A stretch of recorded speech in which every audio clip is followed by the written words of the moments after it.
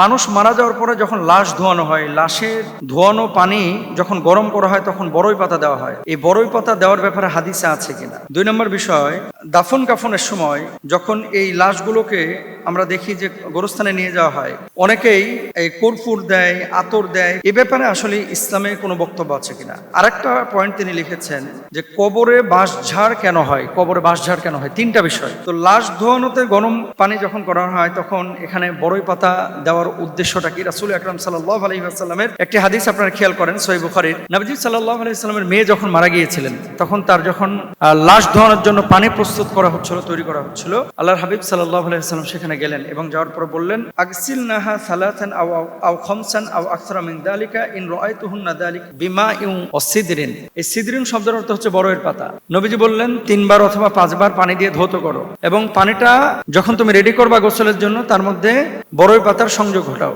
এখন আল্লাহর হাবিব সাল্লাল্লাহু আলাইহি ওয়াসাল্লামের আরো একজন সাহাবী আব্দুল্লাহ ইবনে আব্বাস রাদিয়াল্লাহু তাআলা আনহু থেকে এটা বর্ণনা, হজ্জের মৌসুমে আরাফাতের ময়দানে একজন সাহাবী উটের পিঠে চড়ে তিনি যাচ্ছিলেন। এমন অবস্থায় উটের পিঠ থেকে তিনি পড়ে তার ঘাড়টা মটকে যায়।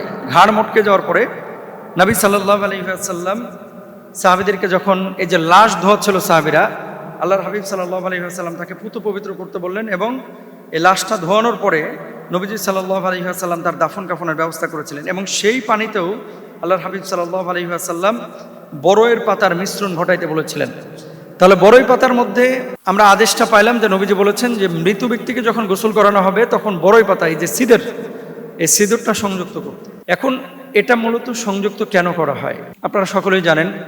বর্তমান বিজ্ঞানও কিন্তু এই কথা বলছে যে বড়ই পাতার মধ্যে অ্যান্টিসেপটিক মানে ব্যাকটেরিয়া বা জীবাণু ধ্বংস করার মতো উপাদান আছে এবং এটাকে যখন আপনি গরম পানিতে মেলাবেন, একটা টেম্পারেচারে তাপ দিবেন, বড়ই পাতা থেকে এমন কিছু রস অথবা মিউকাস এ ধরনের কিছু বের হয় যেটা জীবাণুমুক্ত করে এবং মৃত ব্যক্তির শরীরের জীবাণুকে কাটিয়ে দেয়। এই জন্য আসলে গরম পানিতে বড়ই পাতা রাসূল আকরাম সাল্লাল্লাহু আলাইহি ওয়াসাল্লাম অ্যাড করতে বলেছেন। 2 নম্বর, কর্পূর ব্যাপারে যে এই যে আমরা যে সুগন্ধি ব্যবহার করি, অনেক সময় মৃত ব্যক্তির পেট থেকে মলমূত্র বের হয়, তারপরে নাক থেকে রক্ত বের হয়, কান থেকে রক্ত বের হয়, এগুলো দুর্গন্ধ তৈরি করে। এই জন্য মূলত কর্পূর ব্যবহার এটা ওই সময়ের থেকে প্রমাণিত। রাসূল সাল্লাল্লাহু আলাইহি ওয়াসাল্লাম জামানার সাহাবীদের যখন ইন্তেকাল হয়েছে তখনও কিন্তু এগুলো ব্যবহার করা হয়েছে।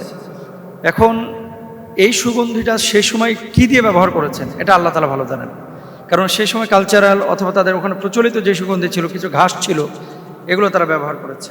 আর 3 নম্বর আরেকটি বিষয় ছিল, 3 নম্বর বিষয়টি ছিল যে কবরে বাঁশঝাড় কেন হয়। আপনারা জানেন বাংলাদেশে যখন একটা লাশ দাফন করা হয়, এই চাটায়ের নিচে লাশের ওপরে লাশ শোয়ানোর পরে ওই যে বাঁশ দেওয়া হয়, বাঁশ, ফাড়া বাঁশ। এই বাঁশগুলোর যে চোখগুলো আছে, চোখ মানে হচ্ছে আপনার ওই প্রতিটা ঘাটে দেখবেন একটা গোল বৃত্তের মতো বস্তু আছে। তো যখন মাটি চাপা দেওয়া হয় বা চাটাই দেওয়া হয় ওখানে একটা সার তৈরি হয়, এগুলো পচে পচে এরপরে ওখান থেকে ওই কঞ্চির মতো বাইর হয়ে বাঁশঝাড় হয়ে যায়। এখন আপনি যদি মনে করেন যে কবরের উপরে বাঁশঝাড় হয়েছে অলৌকিক কোনো বিষয় বা এখানে মৃত ব্যক্তির সাথে কোনো মুজিজা বা অলৌকিক কোনো কিছু ঘটেছে, এগুলো কিন্তু বিশ্বাস করা যাবে না। এবং গোরস্থানের উপরে অনেক সময় দেখবেন যে আম গাছ উঠেছে, ফুল গাছ উঠেছে, কোনো ফলের গাছ, ডাব গাছ উঠেছে, আপনি লাগিয়েছেন বা অন্য কোনো কারণে পাখি এসে কবরের উপরে বিষ্ঠা ফেলেছে, এখান থেকে পেয়ারা গাছ বের হয়েছে। এখন আপনি এই ফল ভক্ষণ করতে পারবেন, কোনো সমস্যা নাই। বাঁশঝাড় হলে বাঁশ কেটে ব্যবহার করতে পারবেন, কোনো সমস্যা নাই। আম গাছ হলে আম আপনি খেতে পারবেন, কোনো সমস্যা নাই। কিন্তু এটাকে মুজিজার সাথে বা বিশেষত্বের কাছে মিলিয়ে ফেলা এটা কিন্তু কোনোভাবে উচিত না, এটা জায়েজও নাই। তাহলে যেগুলো শুনলাম বড়ই পাতার বিষয়ে, সুগন্ধির ব্যাপারে এবং এই যে গাছ উঠলে কি করতে হবে, আশা করি উত্তর পেয়েছি আমরা ইনশাআল্লাহ। আল্লাহ বুঝদান। আমরা যে লাশ ধোয়াই, একজন মৃত ব্যক্তি যখন মারা যায় লাশ ধোয়ানোর নিয়মটা কি, আর একটা লাশ দিনে দাফন করা উত্তম নাকি রাতে দাফন করা উত্তম। 3 নম্বর হচ্ছে দিনের বা রাতের এমন কি কোনো সময় আছে যে সময় লাশ দাফন করা নিষিদ্ধ। 3টা পয়েন্ট কিন্তু।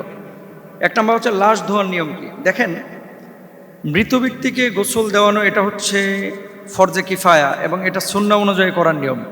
মানুষ যখন মারা যায় আমরা অনেকেই কিন্তু লাশ ধোয়াইতে ভয় পাই, তারপরে খাটিয়া ধরতে ভয় পাই। ভয় পাবেন না।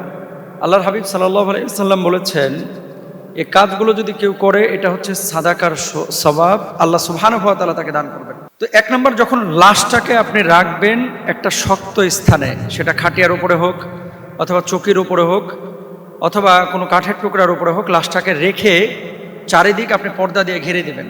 এখন কি পর্দা? পর্দাটা হবে মশারির মতো, মানে বাইরে থেকে যেন দেখা না যায়, চতুর্দিক ঘেরা থাকবে এবং এই ঘেরা জায়গার উপরে আপনি লাশটাকে রাখবেন। ঘেরা জায়গার উপরে বলতে ঘেরা জায়গার মধ্যে আর কি। 2 নম্বর, পরিষ্কারকরণ। পেটটাকে প্রথমত আলতো করে আপনি চাপ দিবেন। পেটটাকে আলতো করে যখন চাপ দিবেন, তার মলমূত্র পেটের মধ্যে থাকলে অনেক সময় সেটা বের হয়ে যায়। একটা টিস্যু অথবা কাপড় দিয়ে এই মলমূত্র লজ্জাস্থান থেকে মুছে ফেলবেন। এরপরে জীবন্ত মানুষ যেভাবে উজু করে সেভাবে ওই লাশকে আপনারা উজু করানোর চেষ্টা করবেন। এখন লাশ উজু করাবেন কিভাবে? জীবন্ত মানুষকে সেনা উজু করানো যায়, লাশকে আপনি উজু করাবেন কিভাবে? তার মুখের মধ্যে আপনি তো পানি দিতে পারবেন না, তাহলে কি করতে হবে? মুখের মধ্যে প্রথমত আপনার এই যে পানি তুলা দিয়ে, মানে তুলাটাকে ভিজিয়ে তার মুখের মধ্যেই তুলা দিবেন। পানি না দিয়ে তুলা ভিজা কাপড় দিয়ে দাঁত এবং মুখ, নাক এগুলো মুছে দেওয়ার চেষ্টা করবেন। একটা তুলা ভিজালেন অথবা টিস্যু ভিজালেন অথবা একটা কাপড় ভিজাইলেন, ভিজানোর পরে এটা দিয়ে তার দাঁতটাকে ঘষে দেবেন, এটাই মুখ ধোয়ানো। নাকের ভেতরটাকে আপনি মুছে দেবেন, এটাই নাক ধোয়ানো। মুখটাকে তো আপনি ধৌত নিজে করে দিতে পারবেন, এটা মুখটা অজুর মতোই আপনি 3 বার ধৌত করাই দেবেন। তারপরে 2 হাতের কোনোই ধৌত করবেন, পায়ের টাকনো পর্যন্ত ধৌত করবেন, মাথা মাসাজ করে দেবেন প্রথমে। এরপরে গোসল করাবেন কি? প্রথমে মাথা এবং সমস্ত শরীরে সাবান বা বড়ই পাতা মিশ্রিত গরম পানি দিয়ে ধোবেন। এরপর বাম পা মানে ডান দিক, এরপরে ডান দিক কাত করে বাম দিক। প্রথমে ডান দিক ধৌত করবেন বাম কাত করে, এরপরে বাম কাত করে ডান কাত করে বাম দিক ধৌত করবেন, উলট পালট করে আর কি। সবশেষ ধোয়ায় পানিতে কর্পূর বা সুগন্ধি মিশানো উত্তম। মানে যখন আপনি সবশেষ এই লাশটাকে ধৌত করবেন তখন কর্পূর অথবা সুগন্ধি মিশ্রিত কোনো পানি দিয়ে এটাকে ধৌত করার চেষ্টা করবেন। 6 নম্বর, আপনি যে কাজটা করবেন, লাশ ধোয়ানো হয়ে গেল, এবার লাশটাকে শুকনো কাপড় দিয়ে মুছে ফেলবেন। তারপরে আপনি কাফন পরায় দেবেন। ছেলেদের জন্য 3 টুকরা, মেয়েদের জন্য হচ্ছে 5 টুকরা, যেহেতু মেয়েদের শারীরিক অবকাঠামোতে পরিবর্তন দেখা যায়। এখন আসেন, দিনে দাফন করা উত্তম নাকি রাতে দাফন করা উত্তম? দিনে এবং রাত্রে যে সময়ে মানুষ মারা যায়, যে কোনো সময় আপনি জানাজা করতে পারেন, যে কোনো সময় আপনি লাশ দাফন কাফন করতে পারেন। আপনাকে আমি একটা বিষয় বলে রাখি, দাফন কোনো সময় নিষিদ্ধ হতে পারে, এবং সে সময়গুলো কোন সময়? দেখেন, নামাজ পড়া নিষিদ্ধ কখন? যখন সূর্য উদয় হয়। নামাজ পড়া নিষিদ্ধ কখন? যখন সূর্য অস্তমিত যায়। 3টি সময় দাফন এবং জানাজার নামাজ পড়া নিষিদ্ধ।